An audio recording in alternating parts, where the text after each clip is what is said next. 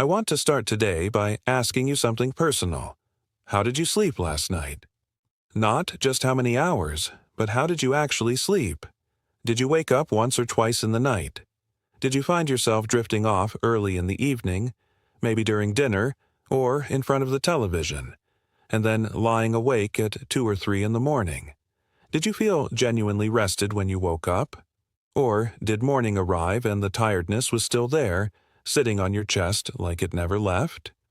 I ask because what you just thought about, that pattern, whatever it looks like for you, may be more important to your long-term brain health than almost anything else in your daily life. Over the past decade, researchers at some of the most respected medical institutions in the world have been uncovering something that has quietly changed the way neurologists think about dementia. And it comes down to sleep. Not just how much sleep you get, but a specific pattern of sleep that is extraordinarily common in adults over 60. A pattern that most people have never been told about. A pattern that, when it persists for years, has been linked in study after study to a significantly elevated risk of Alzheimer's disease and other forms of dementia. In the next 25 minutes, I am going to explain exactly what that pattern is, why it affects the brain the way it does, who is most vulnerable, and, most importantly, what you can do about it starting tonight. I want you to know, before we go any further, that this is not meant to frighten you. It is meant to inform you, because the research is also clear on this. The brain is more resilient than we once believed, and the earlier we understand what it needs, the better chance we have of protecting it. So stay with me. This is one of the most important conversations we can have. Science reveal, glymphatic system. B-roll, peaceful bedroom, brain scan imagery, nighttime visuals. Avatar returns for key points. For most of human history, we treated sleep as the passive part of life. The hours when nothing happened, when the body simply waited for morning. We now know that could not be further from the truth. During sleep, particularly during the deeper stages of sleep, your brain is doing some of its most critical work. It is consolidating memories, processing emotions, repairing cellular damage, regulating hormones, and performing a function that scientists only discovered relatively recently, one that has profound implications for dementia. Risk. Your brain has its own cleaning system. It is called the glymphatic system, and it was only identified by researchers in 2013. Before that, most scientists assumed the brain simply didn't need the kind of lymphatic drainage that the rest of the body relies on. They were wrong. During sleep, and specifically during deep, slow-wave sleep, the spaces between brain cells expand. Cerebrospinal fluid rushes through these channels, washing out metabolic waste products that have built up during the day. Among the waste products it clears out are 2 proteins you may have heard of, amyloid beta and tau. These are the same proteins that form the plaques and tangles found in the brains of people with Alzheimer's disease. During a full, healthy night of sleep, your brain's glymphatic system clears these proteins efficiently. The waste is flushed out. The brain begins the next day with a cleaner slate. But when sleep is disrupted, when that deep cleaning cycle is interrupted night after night, amyloid and tau begin to accumulate. Not dramatically at first, but steadily, over months, over years. And that slow accumulation, researchers now believe, is one of the key biological mechanisms linking poor sleep to dementia. This is not a theory. The studies have been replicated, the biology has been mapped, and the clinical evidence is growing stronger every year. Main reveal: sleep fragmentation defined. So, what is the specific sleep pattern we're talking about? I want to be precise here, because the most important thing I can do is help you recognize it. Not just in the abstract, but in your own life. The pattern is called sleep fragmentation. It is not the same as simply sleeping fewer hours, though that matters too. Sleep fragmentation refers to sleep that is repeatedly interrupted, broken into pieces, so that the brain never fully enters or never fully sustains its deeper restorative stages. Here is what it looks like in real life. You fall asleep without much trouble. But somewhere between midnight and 4 in the morning, you wake up. Maybe you need the bathroom. Maybe a sound woke you. Maybe nothing woke you. You simply find yourself lying there, alert, staring at the ceiling. You fall back asleep after 20 minutes, or 40, or an hour. And then it happens again. By the time morning comes, you have technically been in bed for 7 or 8 hours. But your actual sleep, your continuous restorative sleep, has been broken into 3 or 4 or 5 pieces, and here is why that matters so much. The brain does not enter deep, slow-wave sleep immediately. It takes time. It has to move through lighter stages first. When you are awakened and fall back asleep repeatedly, you keep restarting that cycle. You may never reach the deep stages at all, or you may reach them only briefly before being pulled back up. And the glymphatic cleaning system we discussed, it is most active during those deep stages. A night of fragmented sleep is a night the brain's cleaning crew barely showed up for work. Now here is the part that I need you to sit with for a moment. This pattern, waking in the night, broken sleep, never feeling fully rested, is not rare. Among adults over 60 in the United States, it is actually the norm. Studies suggest that 60 to 70% of older adults experience some form of chronic sleep fragmentation. Most of them have been told at some point that this is just part of getting older, and that assumption, that broken sleep is inevitable and therefore acceptable, may be one of the most consequential medical misconceptions of our time. Credibility builder. Real studies, real findings. B-roll, research settings, brain imaging. Avatar for key findings and data moments. Let me walk you through what the science actually shows, because I think it's important that you hear this not as opinion, but as documented research. A landmark study published in the journal Nature Communications followed adults in their 50s and 60s over a period of 25 years. Researchers tracked sleep patterns using detailed questionnaires and objective sleep monitoring devices. Adults who consistently slept 6 hours or fewer per night in their 50s and 60s had a 30% higher risk of developing dementia later in life, compared to those who slept 7 hours. But duration was only part of the picture. A separate body of research, including studies from Harvard Medical School and the University of California, looked specifically at sleep quality, not just quantity. People with highly fragmented sleep, regardless of total hours in bed, showed accelerated accumulation of amyloid beta in the brain. Some of these individuals had been getting what appeared to be adequate sleep in terms of hours. But the fragmentation was disrupting the glymphatic clearance process. The amyloid was building up anyway. A 2021 study published in JAMA Neurology examined over 8,000 adults and found that those with objectively measured poor sleep quality had significantly higher amyloid burden in their brains, even before any cognitive symptoms appeared. Think about what that means. The damage was accumulating silently, years before memory problems ever showed up. And one of the most consistent findings across multiple studies, the effect appears strongest in women.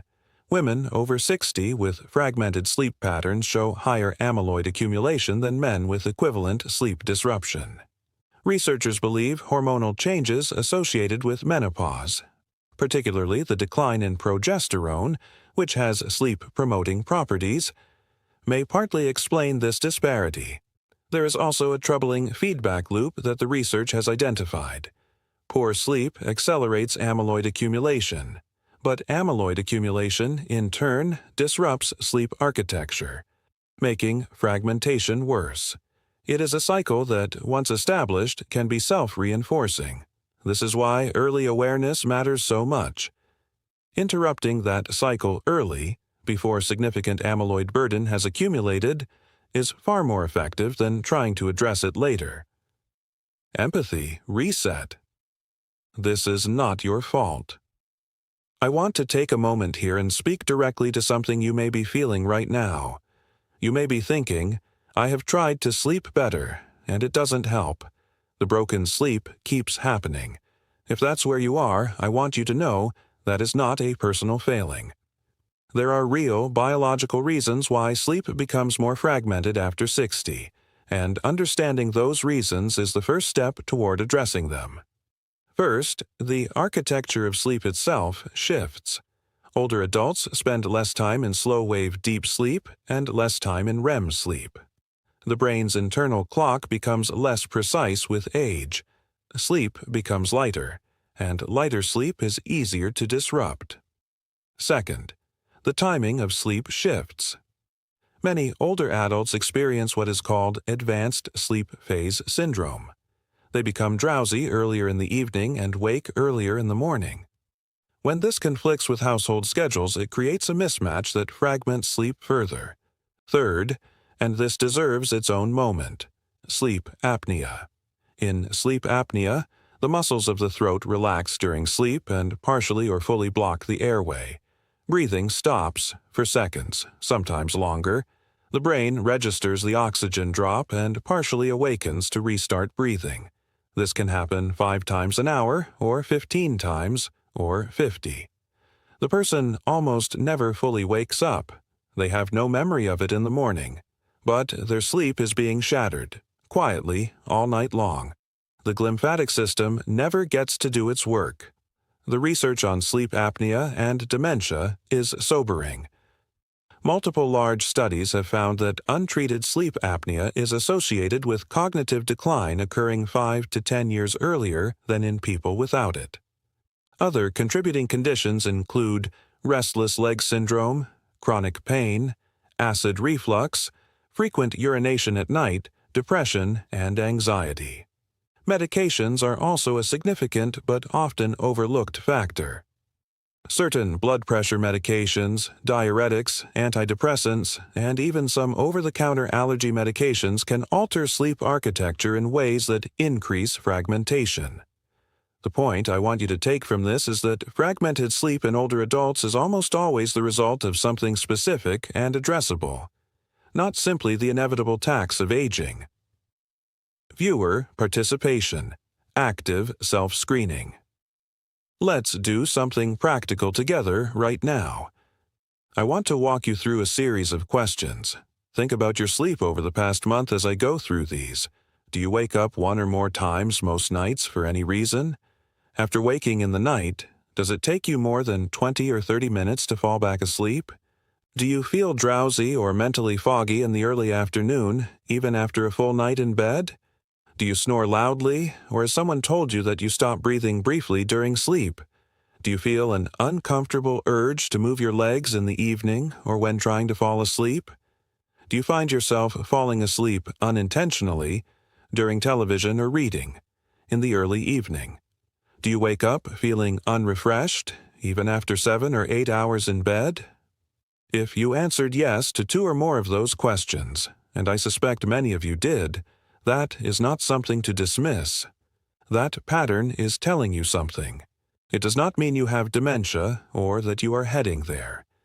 But it does mean that your sleep quality deserves attention, and it means that there are very likely specific, addressable reasons behind what you're experiencing. The next step is not to panic, and not to simply accept it. There are 2 particular questions worth bringing to your doctor at your next appointment. Ask whether you should be evaluated for sleep apnea. This is done through a sleep study, which today can often be conducted at home with a small monitoring device, far simpler than most people expect. And ask whether any of your current medications may be affecting your sleep architecture. It is a legitimate and important conversation that does not happen often enough in primary care visits. Hope, payoff. 5 real solutions. This is the part of our conversation I find most encouraging, because while the research on sleep and dementia is sobering, the research on sleep improvement is genuinely hopeful. There are interventions that work. Intervention 1. CPAP therapy for sleep apnea. If you are diagnosed with sleep apnea, a CPAP machine delivers gentle continuous air pressure to keep the airway open during sleep. A 2021 clinical trial found that older adults with sleep apnea who used CPAP consistently showed significantly less cognitive decline over a 4-year period. Modern devices are quieter and more comfortable than ever. If you have been recommended CPAP and have not followed through, your brain will thank you for reconsidering. Intervention 2. Sleep consolidation through consistent scheduling. Every morning, get up at the same time, regardless of how you slept, regardless of whether it's a weekend. This consistency gradually resets the brain's circadian rhythm, deepens sleep pressure, and over 2 to 4 weeks tends to produce longer and more consolidated sleep periods. The first week can feel harder, but the evidence strongly supports it. Intervention 3. Evening light and temperature environment. Blue light from phones and TVs suppresses melatonin and delays sleep onset. Dimming lights after 8-9 p.m. and reducing screen time in the final hour before bed can meaningfully improve sleep depth. Temperature also matters. Most sleep researchers recommend 65-68 degrees Fahrenheit in the bedroom to support the body's natural cooling process during deep sleep. Intervention 4. Regular daytime movement, regular moderate exercise. Walking, swimming, Tai Chi. Improves sleep efficiency, reduces nighttime awakenings, and increases time in slow-wave deep sleep. Morning or early afternoon timing works best.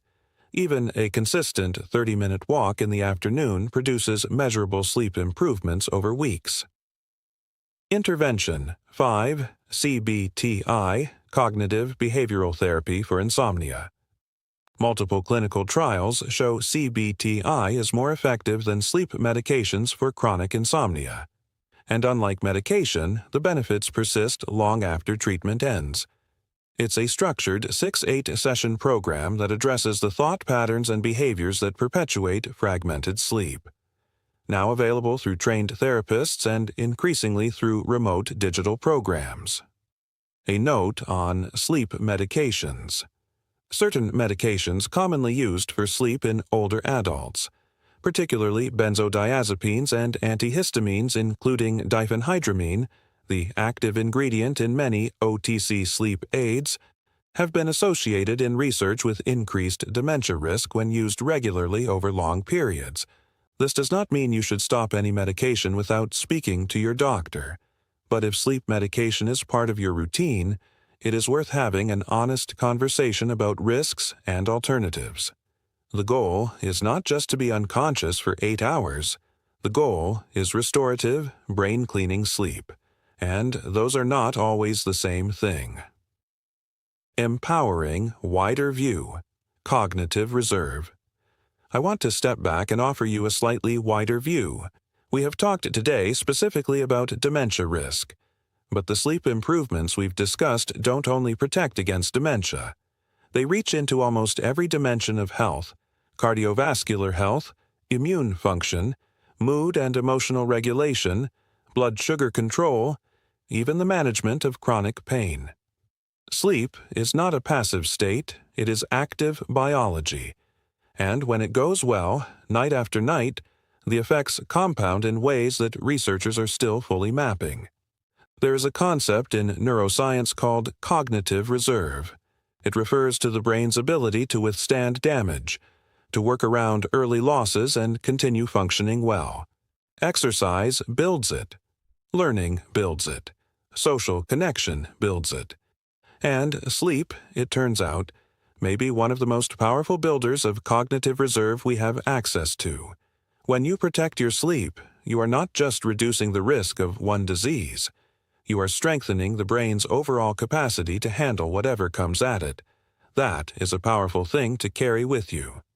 Emotional close. Personal, caring, actionable. Before I let you go today, I want to say something directly.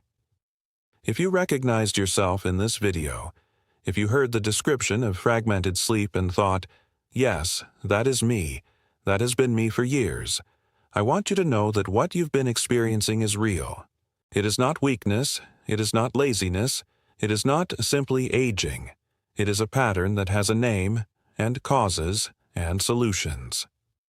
I want to leave you with 3 things to do before you go to sleep tonight. Tonight. Step 1. Notice, just pay attention to your sleep tonight without judgment. Notice when you wake. Notice how you feel in the morning. Start building an honest picture of what your sleep actually looks like. Tonight. Step 2. Write 2 questions for your doctor. Should you be evaluated for sleep apnea? And are any of your current medications affecting your sleep quality? Write them down before you forget. Tonight. Step 3. Make 1 small change. Dim the lights an hour before bed. Set your alarm for the same time tomorrow, no matter what. Take a short walk this afternoon if you can. Small steps, consistently taken, change the biology. Your brain is working for you every single day. It is storing your memories, caring for your body, connecting you to the people you love. Tonight, give it what it needs to clean itself, restore itself, and wake up ready for tomorrow. You deserve that rest, and so does your brain. Thank you for being here today. If this conversation has been useful to you, I hope you'll share it with someone who might need it too. Take good care of yourself, and I'll see you in the next one.